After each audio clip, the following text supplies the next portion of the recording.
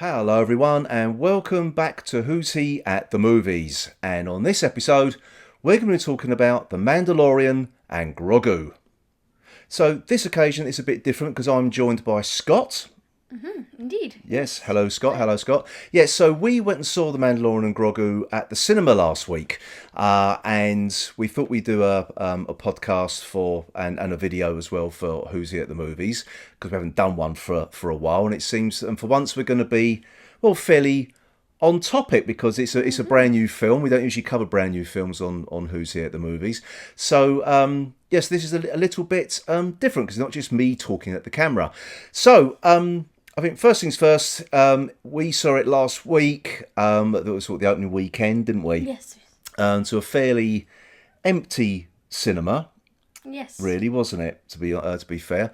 But Scott, I think I'll start off with you because were you familiar with The Mandalorian and Grogu? Did you watch it when we used to have Disney Plus, which we cancelled a long time ago? Wow. I'm aware of it, but no, I did not watch it. You didn't watch it? I think I watched like 3 episodes of season 1, but I must have been about 8. Okay. I can't really remember. So after sort of season 3 finished airing a few years ago on Disney Plus, it all went a bit quiet on the front of The Mandalorian, and it seemed to be they left it at almost like a natural conclusion with The Mandalorian buying a homestead on Navarro to live out his life, doing sort of the odd bit of bounty hunting work. With Grogu, so it went sort of kind of back to how it all began, without all the whole searching for Mandalore and dark sabers and things like that. So obviously you don't know anything about that, Scott, do you? I have no clue what you're talking about. Exactly. Right now, So did you feel then watching this you needed to know all that backstory? No, I mean it didn't say about him buying a house in another planet. It didn't say anything about that. Yeah. Although I would say that it did outside of the Mandalorian, it did have quite a few Star Wars sort of references and also characters, but I think they're probably more well known than the Mandalorian because they were in the original movies. Well, yeah, the only thing that sort of mentions is Jabba the Hutt, isn't it? And about the Empire and. Although I'm not quite sure who the pilot is. Zeb.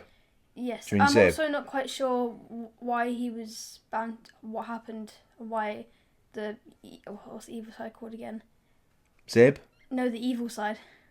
The Empire? Yes, the Empire fell, and I didn't know why that happened. Okay, so it's a bit difficult because you've not watched Star Wars New Hope, Empire Strikes Back, or Return of the Jedi, because this is set after Return of the Jedi. So after the fall of the Empire. So it's just after the first 3 films, okay. yeah. That makes sense now you say that. So, but I mean, the thing is though, despite I think we have to say there's been a lot of negative reviews online about this film. The press certainly didn't like it. They were saying, Star Wars is dead, yada, yada, yada. But did you enjoy it, Scott? Yeah. I think it was really enjoyable, actually. Because you got quite invested. I agree. I also very much enjoyed it as well. I thought it was a really good sort of couple of hours. We thought we'd be like getting out like our sweets from our bag and like rustling, and, like being bored. We forgot all about that and just sat there and watched. I had the occasional question like, what planet is that? I don't know where I am. Well, it's practically all brand new planets. I think that's what I liked about it. It was referencing a lot of stuff from. You didn't know about Return of the Jedi. Sigourney Weaver's character was brand new for the film. She wasn't in the previous series. I have to say, I liked her character. Okay, I think I'll come back to her. But Zeb was from Star Wars Rebels, which was a cartoon. Wait, is that the one with Ahsoka? Wait, I don't know. No. Is that Clone Wars? Ahsoka's Clone Wars. She does appear in Rebels as well. Yeah, there's an awful lot of crossover for people who haven't watched it, and I think Ahsoka's also been in The Mandalorian at one point. I know she was, yeah. I keep getting, and she had her own TV show as well. On a sidetrack, I keep getting YouTube shorts of Star Wars. Oh, okay. After I looked up the Mandalorian and Grogu movie trailer when you asked if we can go. Oh right, okay. So yeah, I mean, there's an awful lot of history for Star Wars there, but I don't think this film lent into it too much. You had to know, I mean, really, you had Rot of the Hutt, who it- was Rotter or Rada? Oh, Rotter. It's Rotter. R-O-T-T-A. It sounded like Rada when I was. It's the American pronunciation. Ah, okay. Rada. So, but anyway, so you have Rotter the Hutt, who was Jabba the Hutt's son. Jabba the Hutt was killed off in Return of the Jedi. Okay, which you haven't seen. Wait, no, I know that because. You know Jabba the... Everyone knows who Jabba the Hutt Wait, is. I know really, how. don't they? Wait, yeah, I know. Yeah, that. okay. So, but Rotter the Hutt was in the first Clone Wars. There was a Clone Wars movie, like a cartoon, which I've not actually ever seen myself. And he was a baby in that. And this is set before, like, Darth Vader, and it's like Obi-Wan Kenobi and Anakin Skywalker and Ahsoka, basically. And that's where Ahsoka was introduced. We're getting way off topic here, aren't we? This is really complicated. Oh, I know. So, but anyway, you just told he's the son of Jabba the Hutt. You don't really need to know anything about the Clone Wars and all that, really, because the film does its own thing, doesn't it? And I suppose you could say there's plenty of little Easter eggs in it if you know what you're looking for. Well, I guess the whole Hutt planet is an Easter egg if you really think if you. Well, think yeah, because obviously. the twins were introduced in the Boba Fett Movie. TV series. Movie? Or TV? No, it's TV series. So wasn't it cancelled after like one season or something? yeah. Right. It did. Yeah. Again, we'll come on to the whole fandom thing. I think when we finish talking about what we liked about it. I think first. But yeah, as I said, there's plenty of stuff there. And I think the one criticism that I kind of agree with, I don't think it's a criticism, but people said it feels like 2 episodes slapped together to make up a film. I mean, because you've got the first half of the film where they're trying to capture Commander Coin, or whatever his name is. well, you could say half of the film. It's less than half of the film, really, because it's a 2-hour film, and that only takes about 45 minutes to an hour. More of it is. It felt more like if they fleshed it out more, it could have ended up being 2 separate seasons. If they had. Well, this was meant to be. I think it was a decision. So I've read that they had to make. This was either going to be a 4th season, or they make a movie, and they decide to make a movie. Because I kind of feel like it would have been interesting to see why they capture Coin in the first series, and then they find out that the twins are evil, and then the next series is him trying to escape. Yeah, well, yeah, it's all cross cool. The whole everything's crossing over amongst all the different series, different characters pop in other series, and yeah. So, but I enjoyed it. I thought I didn't mind the fact that it was 2 separate stories. Really, technically it was, because you had once they captured Coin and handed him in. I mean, the next thing because Mando double crossed the twins, he broke the contract, and the rest of the movie is talking about the twins taking their revenge on him. I mean, technically, but it does intertwine well enough for it to be a movie. Yeah. It feels separate, but it has a connection. It's not like they needed to fill out the runtime. It feels like it's supposed to be there to finish up that like little movie arc. That was going on there. And I think I think personally this is Grogu's movie. This is showing he's got some sort of character growth. He becomes like the warrior, like his dad, basically. And the whole thing, the second half of the film was about him saving his dad and stepping up, like he was suiting up. He's putting on his little breastplate and he's pulling the buckles and all that. It was like a montage scene of Grogu suiting up, wasn't it? And then when the Mandalorian passes out, he literally like stays there and makes funny noises. And you have the his sort of 4 little best friends, which he tries to scare. And Zellans, which he tries to, come on, baby. Which he tries to scare at first, and then they become. No, I enjoyed those bits, and I like the fact that he used puppetry as well, rather than relying on CGI to do the Anzellans and look more Grogu real. Because sometimes CGI it looks good, but sometimes it can flatten out. Well, yeah, I mean, even at the towards the end when they're trying to get into the twins' sort of room, they've got those 2 great big robot guards, and I thought so at the time. It looked a bit. I thought that's not CGI, and it wasn't. It was actually stop motion. which is a real old-fashioned way, because CGI's replaced stop motion, and the fact that they used stop motion to realise those two robots was great, because there was a whole mixture of like CGI, puppetry, sort of practical effects, and stop motion, and I thought it was a real good sort of mixed bag of delivering stuff to the screen. It still looked clean as well. Yeah, it did. And it's not like everything looked completely different when you went from scene to scene. It also felt like even by the end of the movie, that the whole like budget, like I know I'm talking about budget, but it all looked like nothing looked cheap per se, or if they focused on something else. I know Disney probably gave them a huge budget because apparently it was 168 million for them, which isn't a big budget for a film like this. To be fair, it's a lot of money to you and me. To us. Yeah, but I think it was great. I really enjoyed it. I liked the story. I like the other bounty hunter. It did turn a bit. Was it Embo? Wasn't it? And his dog wolf creature thing was quite good. There's sort of got a bit of tension to it. I don't know who that bounty hunter was, but it looked like somebody from. Apparently, I think it was a character from the Clone Wars. I think it was only in one episode. But again, the reason you've got all this stuff in it because the Clone Wars was written by Dave Filoni, who is now technically in charge of Star Wars. So he's bringing so Ahsoka is his character. The twins are his character. Mando is technically his, and Jon Favreau is the director. It's their character. So, and Grogu as well for that matter. I didn't want to say, like, I know I didn't want to break it back down to Doctor Who, but it's kind of another one of those situations where you have more fandom toxicity.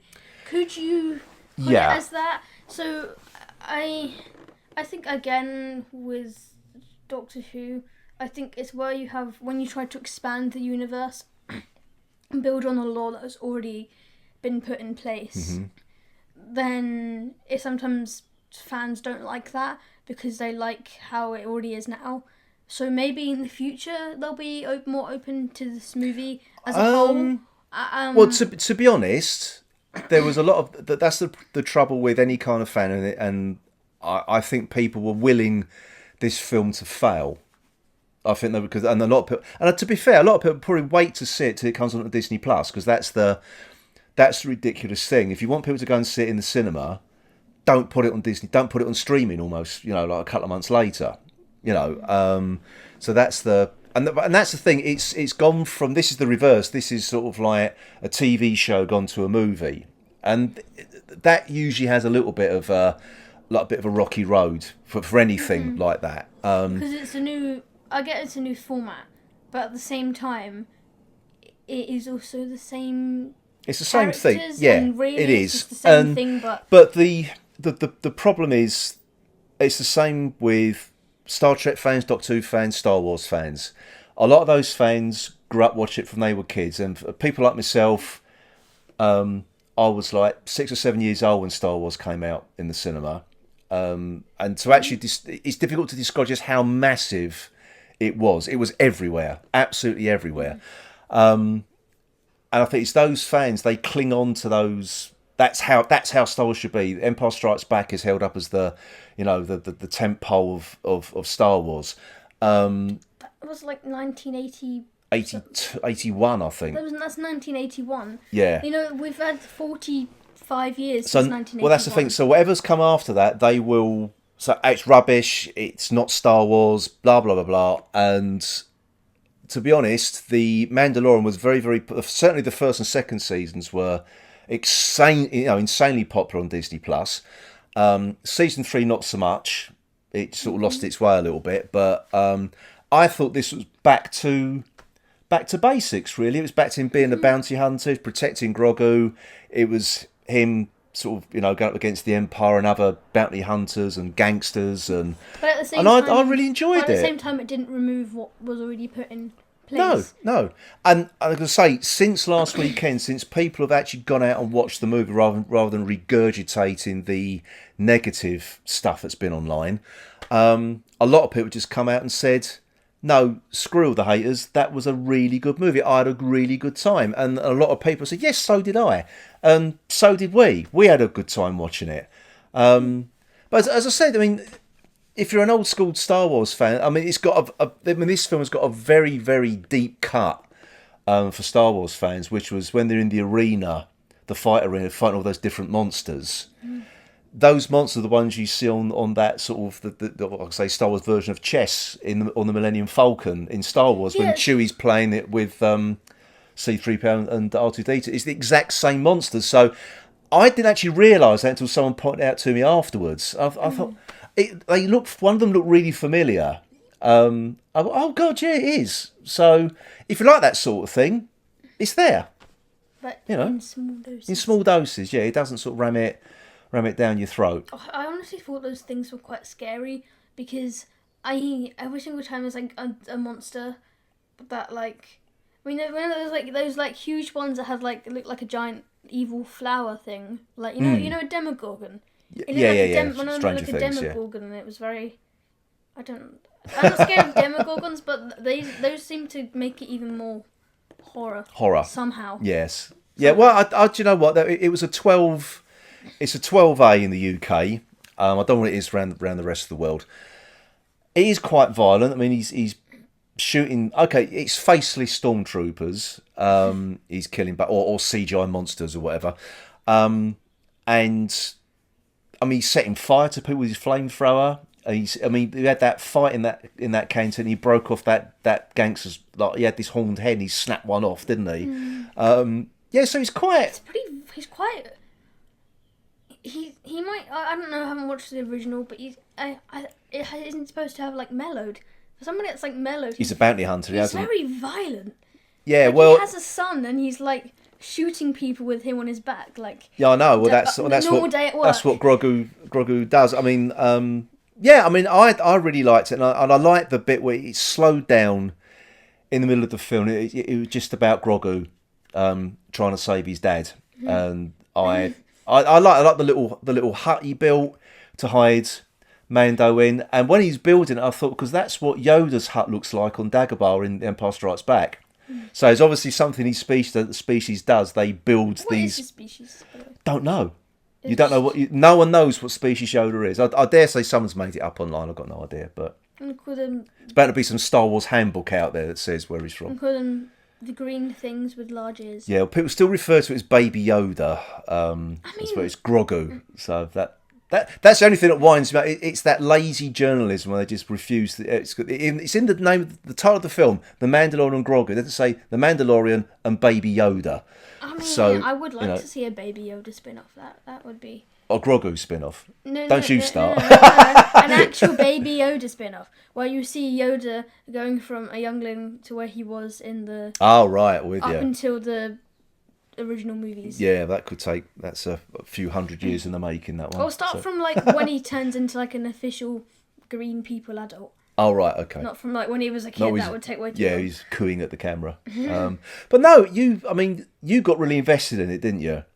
At the cinema, and so did I actually, and I thought it was a really, really fun film. It's not earth-shattering. That's the thing. Star Wars isn't Shakespeare, and people expect it to be some earth-shattering, life-changing event like Star Wars was back in 1977. But that was 1977, and nothing had been seen like it on the big screen before. So that's why it was so earth-shattering. You're never going to achieve that again. And I think people just need to let go of that. I really do. And that's coming from a Doctor Who fan. Well, I've got a bit longer to or some 50 years standing. Next year is the 50th anniversary of Star Wars. Yes. So they've got a bit longer to... Yes, I know. After 2027, then let go. Yeah. So, but anyway, we've been going on a bit longer than usual for a Who's Here at the Movies, and this might be proved to be. If you're watching this on YouTube as well, it might be a bit of a boring watch. But well, to be fair, there is two of us this time. There is two of us this time, exactly. More opinions. Indeed. So, I think anything else you want to add, Scott, before we wrap this up? You're actually going to say, what did you want to think about Sigourney? Oh, Sigourney Weaver. Yeah. I thought she was a bit flat. Actually, I know, but her character seems so cool as like the boss of a bounty hunter. Yet she's just like this innocent person working. Well, she's not a bounty hunter. She works for was it the New Republic? I know, but she's in charge of she's in like the boss of a bounty hunter when he goes on these missions. Yeah, he's a freelancer. And she just like gets to sit at a desk and just give him a mission. And then jump in the next swing at the end. Yeah, like yeah. I mean, come on. Yeah, I know. It's yeah. I just thought she was a little bit a bit flat in her performance. Actually, I don't know why, but it's always good to see Sigourney Weaver in something because I like Sigourney Weaver. She's been in some of my sort of favourite films. So yeah, cool. Good to see her. Good to see her. But anyway, anything else? No. No. Okay. So I think that's about it. We're not. Do you want to actually, for a change, you want to score this? I remember giving it an 8 out of 10 because I did a video for this separately. Yeah. I gave it an 8 out of 10. Is that okay? It's okay. It's your score. What do you think? I'm giving it a 9 out of 10 because I really enjoyed it. I thought it was a great film. I really did. The only thing, because I'm not really a Star Wars fan, Yeah. I'm just an avid watcher. When a movie comes out, I'm gonna watch it. Like that's it. It's not unlike people that have been watching The Mandalorian. I don't think it hits as hard as fan that's watched season 1, 2, and 3. Yeah. So yeah, okay. I get like makes sense, but still, it's a very high score for like for a film you didn't know much about. Yeah, well, that's good. So, as far as I'm concerned, the film's done its job. You know, it's got a sort of non-fan into it, but does it want to make you want to watch the other, the TV show? I'd say so, but also now you've watched The Mandalorian after he's. There's a hell of a lot of stuff going on. Yeah, after he's like gone through his journey, you don't really want to. In some way, you don't really want to have to go back to season 1 and then watch him if he's not the same character as he was then. I mean, sort of. No, you can sort of see him growing. I think also it kind of depends how he is in the first episode. If you kind of jump from him being a bit softer and then go from him just like shooting literally everybody sees. Well, I won't spoil it for you. So I'll have to resubscribe to Disney Plus now. Anyway, should we score? Yeah, so we both scored it. So it's got 8 out of 10 from you, 9 out of 10 from me. I thought it was a great movie. I recommend you go see it. I hope we haven't spoilt it too much for you if you haven't, if you've been undecided. But obviously, people make your own minds up. Don't listen to online trolls or videos like this, really. Make your own minds up. Go and see it. Or alternatively, wait till it comes out on Disney Plus. So anyway, that's it from us. So we will be back, sometime soon. Bye for now.